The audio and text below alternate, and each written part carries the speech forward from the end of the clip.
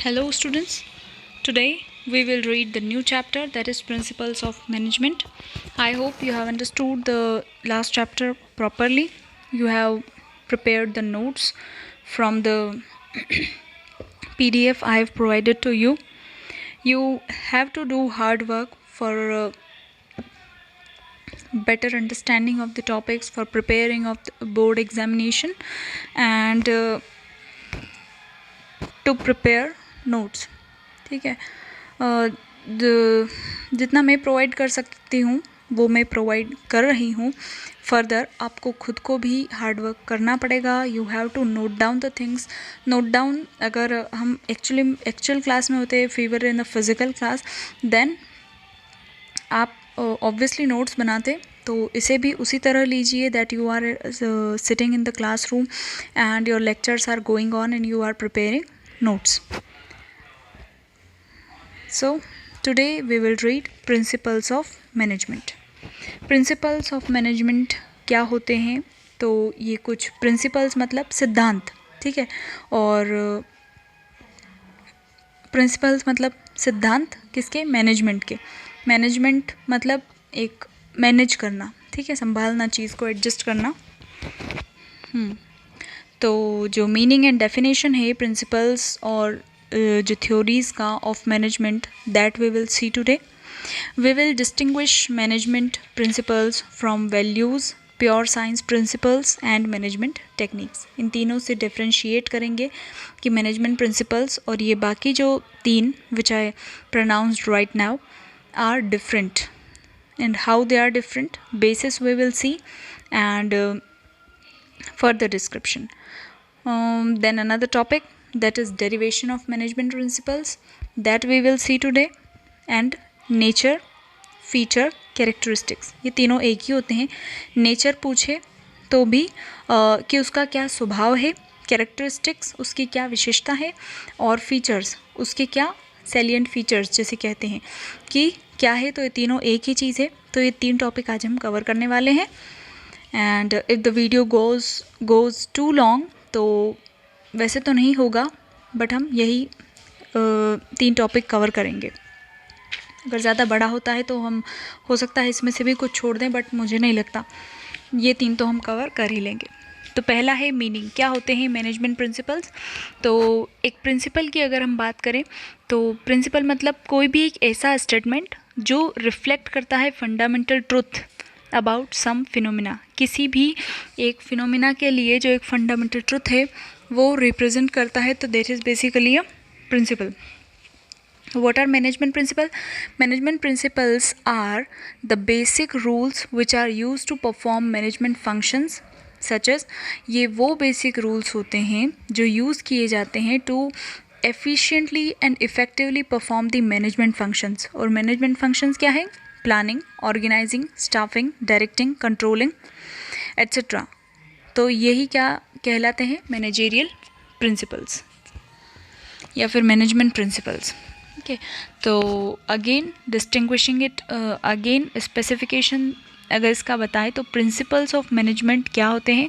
They are the broad and general guidelines होती हैं for decision making and behaviour of managers. One more description, ये जो principle होते हैं they always establish cause and effect relationship. Cause and effect का relationship establish करेंगे. हमेशा हर एक चीज़ के लिए एक कारण होगा और कारण के लिए उसका जो इफ़ेक्ट होगा वो भी साथ में होगा, दैट विल बी गिवन. तो ये जो प्रिंसिपल्स होते हैं, one more thing, they have universal applicability and can be applied to any organization of any country. ठीक है, यूनिवर्सल एप्लीकेबिलिटी मतलब कहीं भी किसी भी ऑर्गेनाइजेशन में अप्लाई किए जा सकते हैं. अब यहाँ पे कुछ डेफिनेशंस दे रखी हैं. Actually I have not wrote down over here on the presenting slide because the book which I referred in that it was not given, but right now I am referring NCERT. So it is given here it is given the definition of PK Ghosh and Edwin B. Flippo. Actually in दो का definition जो है वो बहुत easy भी है, understanding है और छोटा भी है, बहुत ज़्यादा लमसम नहीं है ये. तो I am reading out the definition of PK Ghosh. PK Ghosh ने जो डेफिनेशन दी है वो मैं पढ़ रही हूँ. इन्होंने कहा है कि management principles are statement of fundamental truth. Fundamental truth के स्टेटमेंट होते हैं, ठीक है. फंडामेंटल ट्रुथ परम सत्य, ठीक है, इसे कोई नकार नहीं सकता, जिसे कोई नकार नहीं सकता. Management principles are statement of fundamental truth which provide guidelines for managerial decision making and action. ठीक है, it is given by PK Ghosh. Next I am reading out of Edwin, EDWIN, Edwin B. Flippo, FLIPPO. Edwin B Flippo ने जो definition दी है, it is, definition आपको inverted comma में लिखनी है, तो you will start like inverted comma, a principle is a fundamental truth and is generally stated in the form of cause and effect relationship, inverted comma close. तो ये किसका definition है? Edwin B Flippo. जो कुछ चीज़ें आप again and again इसमें सुन रहे हैं कि आखिर प्रिंसिपल्स का जो बेसिक फीचर्स होते हैं वो क्या होते हैं. तो कुछ तो हमने यहाँ देख ही लिए. एक तो ये फंडामेंटल ट्रुथ होता है, जनरल गाइडलाइन होती है, और तीसरा कॉज एंड इफेक्ट रिलेशनशिप. तो ये तीन तो इसके नेचर हो ही गए हैं और बाकी हम आगे पढ़ेंगे. So right now we are reading the next concept which is of management principle versus pure science principles. अब मैनेजमेंट के भी प्रिंसिपल्स होते हैं और साइंस में भी प्रिंसिपल्स होते हैं, तो इन दोनों में क्या डिफरेंस है. तो बेसिस मैंने यहाँ पे प्रोवाइड कर रखे हैं कि तीन बेसिस पे हम इनको डिफ्रेंशिएट करेंगे. फर्स्ट वन है फ्लेक्सिबिलिटी. फ्लेक्सिबिलिटी मतलब फ्लेक्सिबल है या नहीं है. फ्लेक्सिबिलिटी मतलब एकदम रिजिड तो नहीं है. अकॉर्डिंग टू गिवन सिचुएशंस क्या हम इन्हें मॉडिफाई कर सकते हैं, ठीक है, ये फ्लेक्सिबिलिटी होती है. तो मैनेजमेंट प्रिंसिपल्स जो होते हैं दे आर फ्लेक्सिबल, बट जो प्योर साइंस प्रिंसिपल होते हैं they are not flexible, that is वो रिजिड होते हैं नेचर में. Pure science principles are rigid in nature. Next is application. Application मतलब इसका यूसेज, कहाँ अप्लाई कर सकते हैं. तो जो मैनेजमेंट प्रिंसिपल्स है they have to be applied creatively. Creatively apply करना होता है. क्यों? क्योंकि as they deal with the unpredictable human behaviour के साथ वो डील करते हैं, तो आपको क्रिएटिवली इन्हें अप्लाई करना पड़ता है according to the given situation. Next है pure science principles. They are applied in static and absolute manner. Science principle को आप according to given situation modify नहीं कर सकते. ये उसी मैनर में अप्लाई होते हैं जैसे ये होते आ रहे हैं. एट द फर्स्ट टाइम जिस तरह अप्लाई किया गया था उसी तरह ये नेक्स्ट टाइम अप्लाई होगा. तो ये एप्लीकेशन का डिफरेंस हो गया. Third one is relation with the environment. Relation with the environment. Management principles they have to keep pace with the changing environment as human behavior is never static. relationship with the environment meaning कि अगर आपका outer environment जो भी आपका पर्यावरण है, पर्यावरण में आता है कि दूसरे जो आपके इकोनॉमिक, पॉलिटिकल, सोशल, अगर इन एनवायरनमेंट में अगर कुछ चेंज होते हैं तो आपके ऑर्गेनाइजेशन के जो प्रिंसिपल्स है वो भी अफेक्ट होंगे. तो डेफिनेटली अफेक्ट होंगे. क्यों होंगे? क्योंकि ये जो मैनेजमेंट प्रिंसिपल्स है दे deal with the human nature और इन्हें चलना होगा the way the human goes. ठीक है, ट्रेंड्स के अकॉर्डिंग ही इन्हें मॉडिफाई और क्रिएटिवली अप्लाई करना होता है. तो they have to keep pace with the changing environment as human behaviour is never static. Static नहीं होता है ह्यूमन बिहेवियर, तो ये डायनामिक होते हैं नेचर में. थर्ड वन इन्होंने कहा है, sorry not third one, pure science principles, इनका क्या रिलेशन होता है विद द एनवायरनमेंट. तो they are not required to keep pace. अगर एनवायरनमेंट चेंज होता है तो भी साइंस प्रिंसिपल्स को कोई ज़रूरत नहीं है कि वो उसके अकॉर्डिंगली अपने को मॉडिफाई करें, because they are static and they do not change with the time.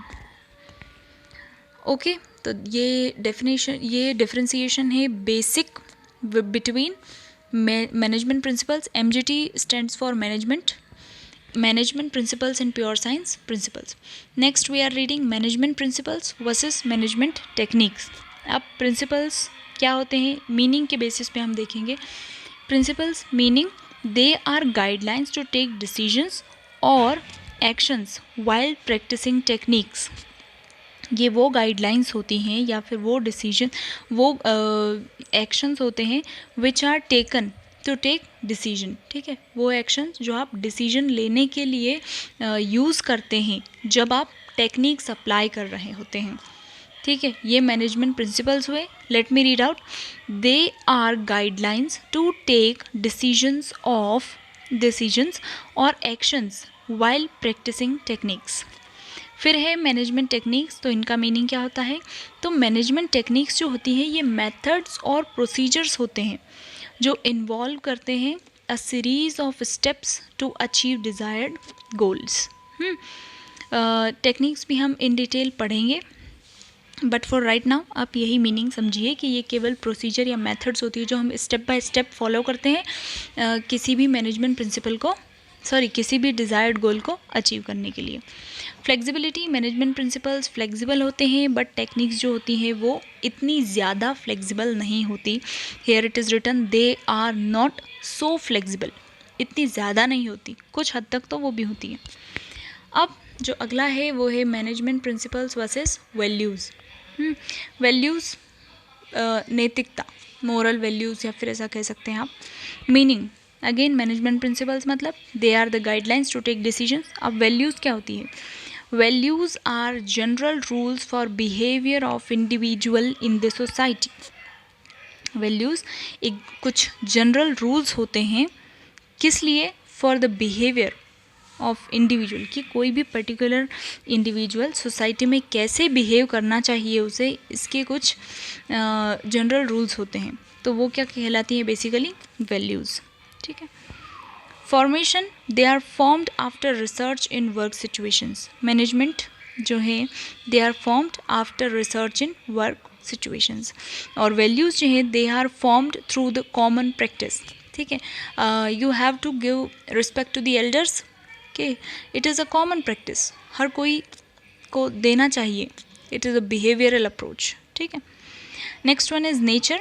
तो मैनेजमेंट प्रिंसिपल्स जो होते हैं they are technical in nature, but जो वैल्यूज़ होती हैं they are ethical in nature. अब अगला जो है that is derivation of management principles, कि आखिर इन मैनेजमेंट प्रिंसिपल्स को डिराइव कैसे किया गया है, इन तक पहुंचा कैसे गया है. तो ऑब्जर्वेशन एंड एक्सपेरिमेंटेशन, ये दो स्टेप्स फॉलो की गई है. तो फर्स्ट वन है observation. Observation means the management thinkers and researchers observe certain events in actual practice and analyze them to get certain guidelines which may be used in future. अब क्या होता है कि हर एक इवेंट और सिचुएशन में जो कुछ मैनेजमेंट थिंकर्स होते हैं वो अगेन एंड अगेन किसी चीज़ को ऑब्जर्व करते हैं. ठीक है, तो ये पहला स्टेप हुआ कि उन्होंने ऑब्जर्व किया, फिर उससे उन्होंने कंक्लूजन निकाला, एंड देन इसी कंक्लूजन को उन्होंने दूसरे सिचुएशंस में ट्राई किया. तो ये क्या हो गया, एक्सपेरिमेंटेशन हो गया. तो experimentation the guidelines developed through observation are repeatedly experimented to test their validity. ठीक है, जो ऑब्जर्वेशन के टाइम पे गाइडलाइंस ऑब्जर्व की है ना, गाइडलाइन डेवलप की कि अच्छा ऐसा करने से ऐसा होता है, अगर ये कोई एक्शन आपने किया है तो इसका रिएक्शन ये होगा.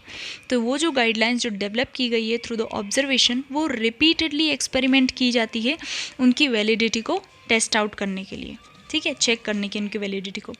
अब ये जो गाइडलाइंस होती हैं वो हर एक डिफरेंट ऑर्गेनाइजेशन में, डिफरेंट एनवायरनमेंट में, डिफरेंट सिचुएशन में चेक की जाती है. अगर ये सेम रिजल्ट प्रोवाइड करती है तो वो गाइडलाइंस जो हैं वो क्या हो जाती है, they are designated as management principles. उन्हीं को फिर मैनेजमेंट प्रिंसिपल्स का करार दे दिया जाता है, पद दे दिया जाता है एक तरह से. ठीक है. अब ये जो प्रिंसिपल्स ऑफ मैनेजमेंट है they contribute towards the development of management both as a science and as an art. इनका जो डेरिवेशन है ये कह सकते हैं कि it is a matter of science, क्योंकि आप एक्सपेरिमेंट कर रहे हैं और ऑब्जर्व भी कर रहे हैं, और उनको क्रिएटिवली अप्लाई कर रहे हैं तो वो आर्ट भी हुआ। तो मैनेजमेंट प्रिंसिपल्स जो डिराइव हुए हैं they can be the matter of fact, matter of science और matter of art. Next one is characteristics, या फिर कह दो फीचर्स ऑफ मैनेजमेंट, या फिर कह दो natures of management principles of management, sorry. First one है यूनिवर्सल एप्लीकेबिलिटी। पहले ही हम बता चुके हैं कि ये एक फंडामेंटल ट्रुथ होता है, मतलब परम सत्य जिसे कोई नकार नहीं सकता। तो इसलिए किसी भी ऑर्गेनाइजेशन में, किसी भी इवेंट में, किसी भी सिचुएशन में ये एप्लीकेबल होते हैं।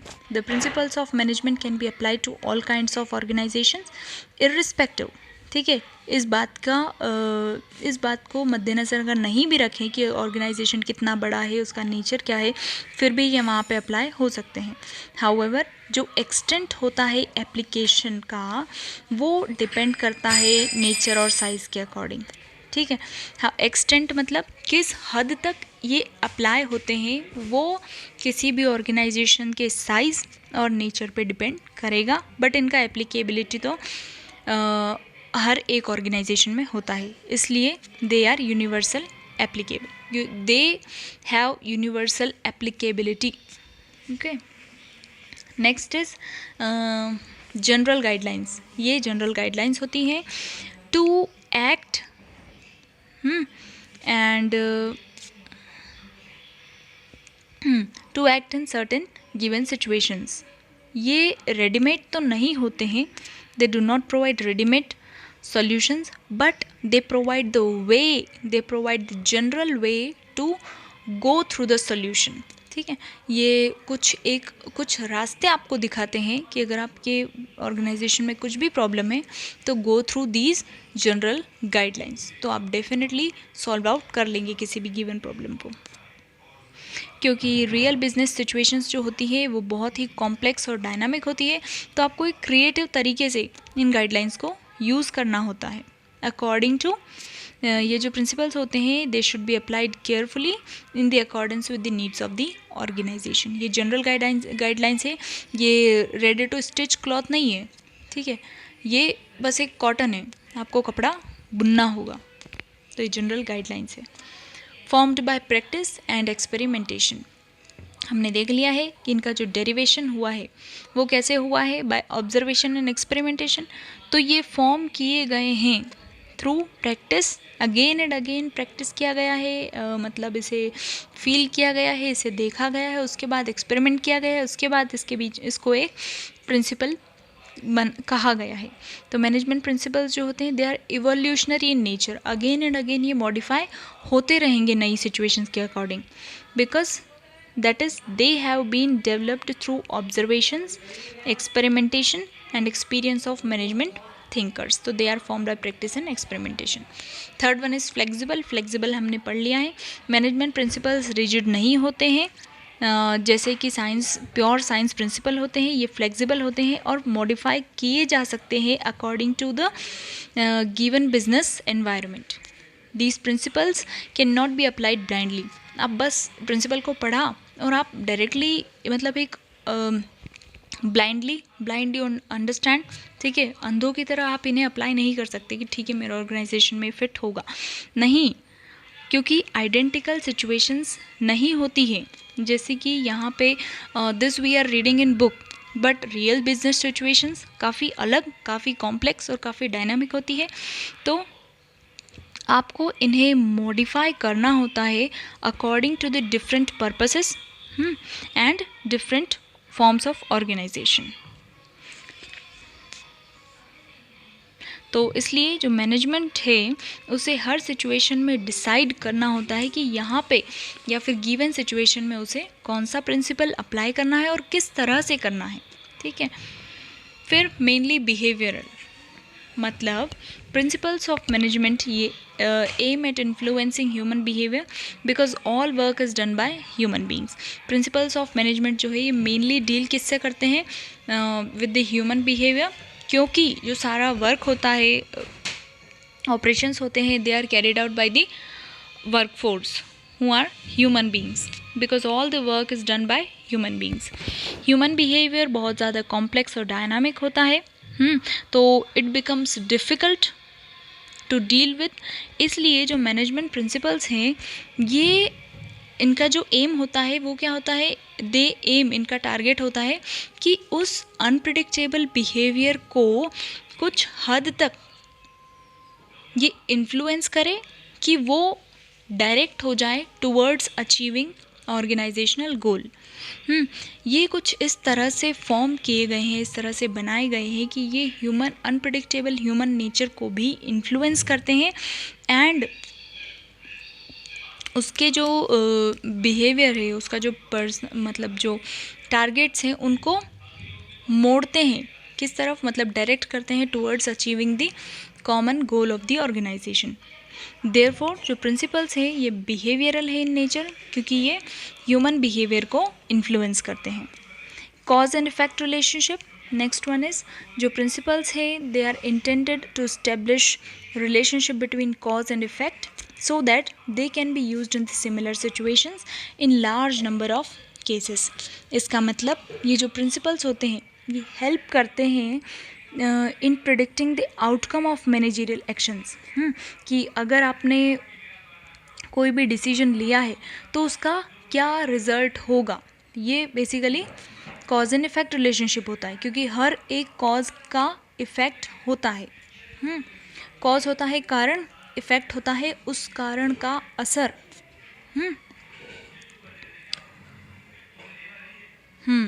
However accurate cause and effect relationship तो नहीं इस्टेब्लिश कर सकते, क्योंकि हम साइंस की बात नहीं कर रहे हैं, पर हम कुछ हद तक जैसे कि आपने वेजेस अगर एम्प्लॉयज़ के बढ़ाए हैं तो डेफिनेटली वो क्या करेगा, it will motivate employees to work more.